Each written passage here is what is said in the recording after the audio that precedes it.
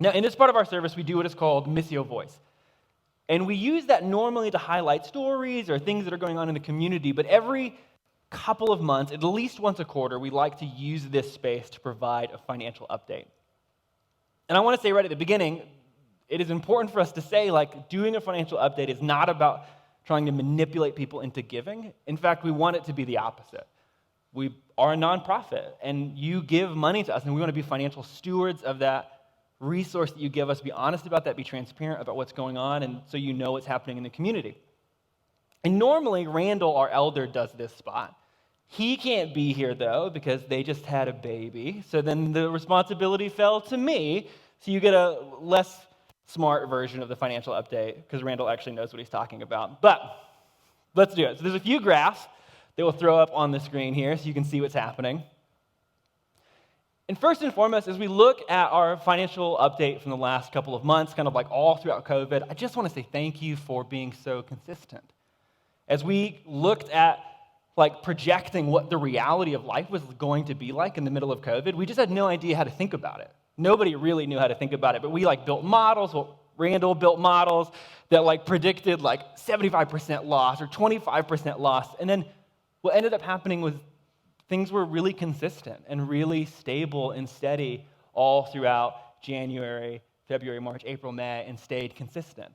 And so that's really amazing, and we're so thankful for that. You can see some other big movements in this period. Right there in May, we received a $25,000 grant from our mortgage company. We didn't get PPP funding, which is what the government provided for small businesses. We didn't get it, but our mortgage company, which is this Christian company, ended up giving us a grant. So that was super amazing to receive that there.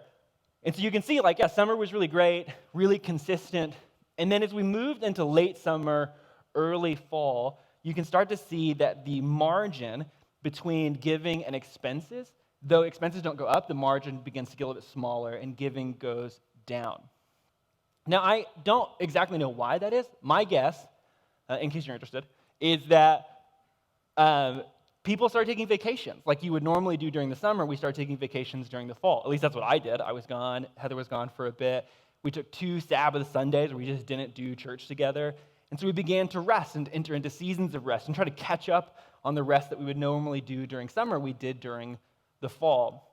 And so whatever the reason, if that's it or whatever, you start to see that giving begins to go down right at the same time that expenses are beginning to start to rise as we try to do this kind of service more safely and all the things that are required to do a service like this safely, whether that's kids' supplies or coffee again, all the things that we used to buy and now are having to buy again.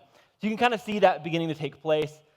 Here we have October right at the end there, though the month hadn't been finished when we finished this graph up. And then we have what our estimated projections are for the end of the year. So all of that to say, so thankful for what 2020 has been, because it could have been anything. So thankful for the consistency and the generosity of our community and what it's enabled us to do.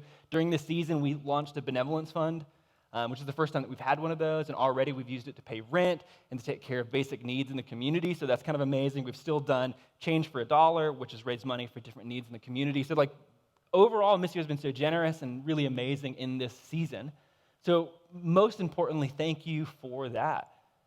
And then second, I would just say that if you consider Missio your home, but you haven't set up reoccurring giving, would you consider it if you're able?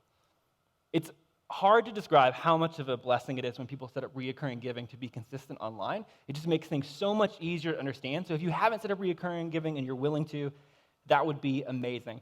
If you stop giving because you were vacationing like I was, or you were just kind of out of the loop of it and you're starting to get back in, and you're looking at your finances and you're able, would you consider giving again? And finally, if you call Missio home but have never given, would you consider giving to Missio? The margin you'll notice between being in these are not the colors, but being in the black and the red is really small. I think for October it ended up being $1,400. That was the margin separating us from being black and red. So if you're new to Missio and you're like, I'd like to participate, I like what's happening here, I want to change some of the things that are happening here, would you consider giving to the community? Not because there's some spiritual obligation to it, not because we think that there's some weird spiritual reward, though those things might be true, but because you believe in what's happening and you call this place home. So if you're able and willing, would you consider giving. And that is our brief financial update. So let me pray, and then we will keep worshiping. We'll actually worship with a time of offering. We won't pass bags or anything because of COVID, but you can give online or through our app on the phone, and then we will continue worshiping with the scripture reading.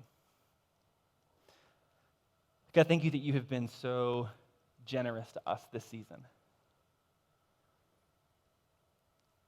It is could have been so unknown, so strange. It could have been anything this season as we entered into COVID and kind of all the new things that brought. And yet this community has been consistent and generous and stable, and then because of that, able to bless the communities around us. So as we enter into the fall, would that still be true? Would we be able to be a blessing to the city? Would we be able to love our neighbors? And would we be able to take care of one another? God, thank you for this chance to worship as a people, to sing songs, to hear your story, and to even gather a bit of us physically. It's not the same as having 200 people in the room, but there's something so special about being able to be with one another. We can't gather at the table, but we can still get to be with. And you promise to be with us in that space. So God, help us to attune to your presence today, and even as we gather in distance, live streaming or watching on our TVs, we know that you are with us. So help us to be attentive to your presence. God, I pray these things in your name.